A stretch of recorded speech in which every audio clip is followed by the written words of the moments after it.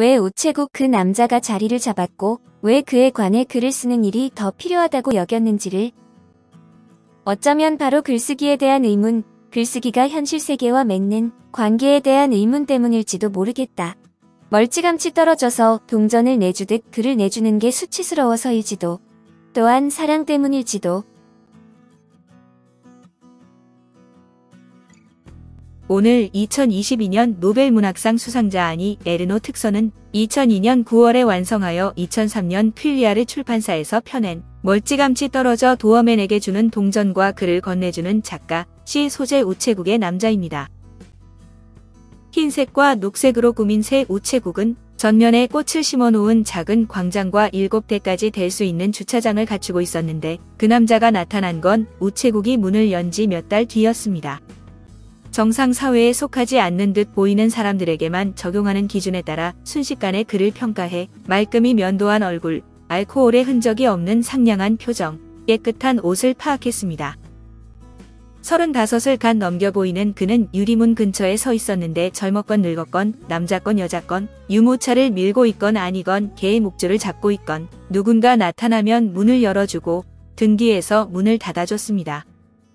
우체국은 작고 본점에 딸린 지점이라 정오부터 3시까지는 창구 2개만 열어놓고 나머지는 닫아놓지만 오후가 끝나갈 무렵이나 토요일 아침에는 특히 오가는 사람이 늘 있었습니다.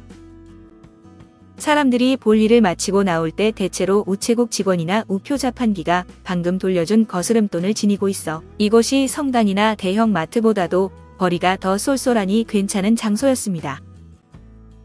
내가 몇 시에 오든 그는 우체국 직원들만큼, 아니 보통은 2~3분 늦게 창구 셔터를 올리는 그들보다 더 근면하게 거기 나와 있었다. 문을 열어주면서 최고급 호텔의 급사나 엘리베이터 보이도 절대 보여준 적 없는, 급사나 보이는 거기 깔아놓은 레드카펫이나 화병에 꽂아놓은 난초꽃 같아서 그들의 존재 이유는 오로지 고객이 본인의 사회적 중요성을 의식하게 만드는 것이고, 그런 이유로 그들로서는 굳이 보여줄 필요가 없는 열의와 에너지를 발휘했다.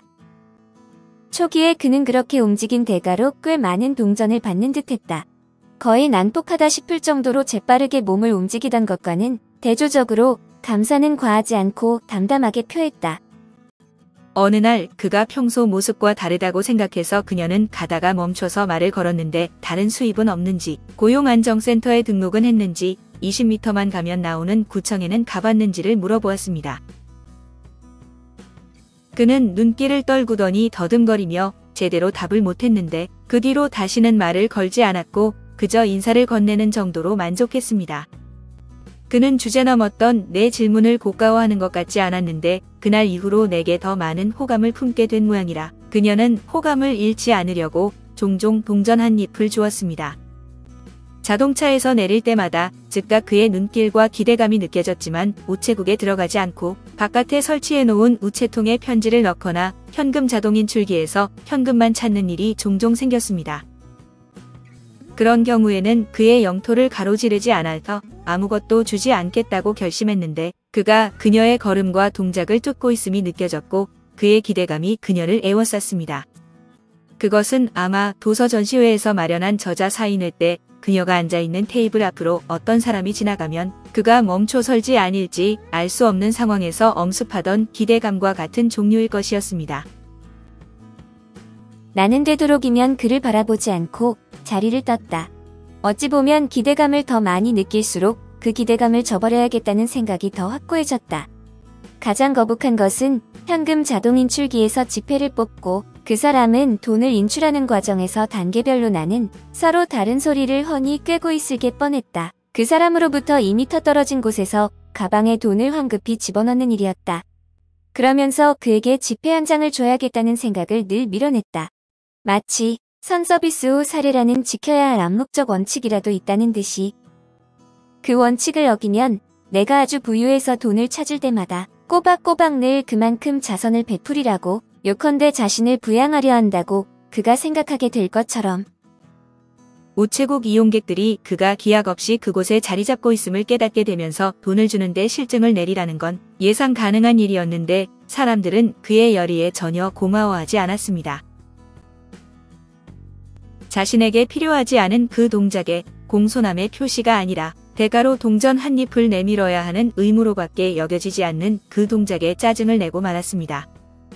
아이들 때문에 정신이 없거나 상자를 잔뜩 들고 있는 어머니들조차 그가 없어도 혼자 잘해 나갈 수 있으리라는 생각인 모양이었고, 최 신부가 그에게 보수를 주는 게 더 말이 된다고 생각했을지도 모릅니다.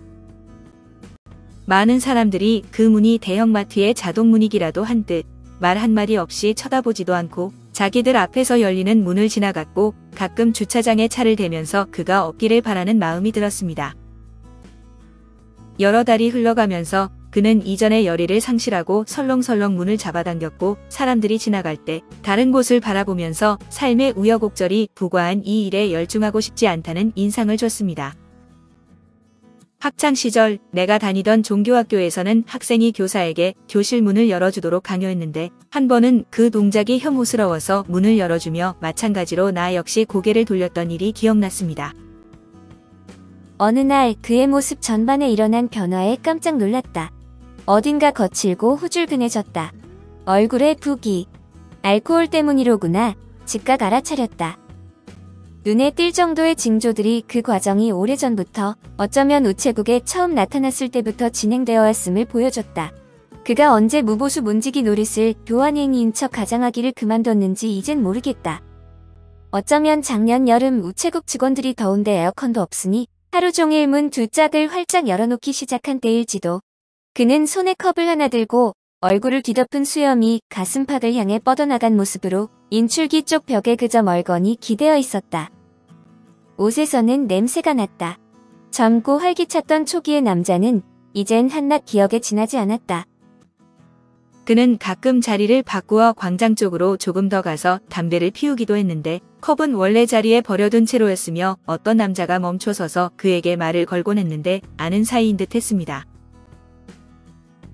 여자가 그런 적은 없었는데 아마도 실추한 남자를 본능적으로 멀리해서일 테고, 꽝의 밑바닥이 불황자의 모습이니 꽝을 뽑을지도 모른다는 해묵은 두려움이 솟아나서 일 것입니다.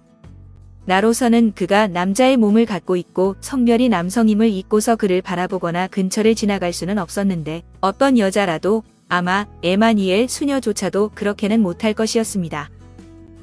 이번 봄부터는 우체국 벽에 등을 대고 앉아 있는데 보통 두 다리를 겹쳐 길게 뻗고 있었는데, 그런 모습을 처음 봤을 때 일어나라고 사납게 호령을 할 뻔했습니다.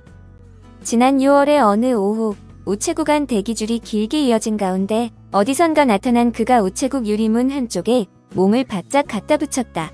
그러더니 꼼짝 않고 뚫어져라 우체국 안을 들여다봤다. 그는 거대해 보였고 엄청난 체구로 유리문을 가득 메웠다. 옛날 예적 서부에서에 나왔던 찰스 브론슨이 생각났다. 이용객 전부가 그를 바라봤다. 경악과 일종의 불안감이 손에 잡힐 듯했다. 우체국 직원이 고개를 들었다가 그의 존재를 알아차렸다. 직원은 바깥에 그 남자를 특정하며 기다리고 있는 사람들을 향해 크게 말했다. 저 사람에게 직접 돈을 갖다 줘야겠어요.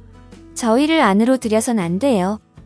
마치 위험을 피해갔다는 듯 삶이 다시 정상적 흐름을 되찾은 것에 대한 안도감이 흘렀다. 나중에서야 남자를 출입금지한 처사에 항의할 생각을 단 한순간도 해보지 않았음을 알아차렸다. 아마도 모두가 당연한 일로 여기는 게 느껴져서였으리라. 그가 실업수당을 찾으러 왔을 거라는 추측이 들었다. 그달에 평소처럼 여러 번 우체국에 갔지만 이제 남자는 거기 없었고, 그녀는 모두 휴가 중이라서 그가 남쪽으로 떠났으리라고 생각했습니다.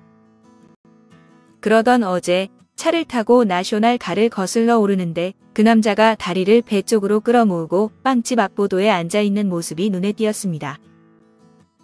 가장 먼저 든 생각은 보도가 좁은 데다 자동차들이 주차했다가는 금방 다시 매연을 내뿜으며 분주히 떠나가니 그 장소가 그에게는 우체국보다 덜 편하리라는 것이었습니다.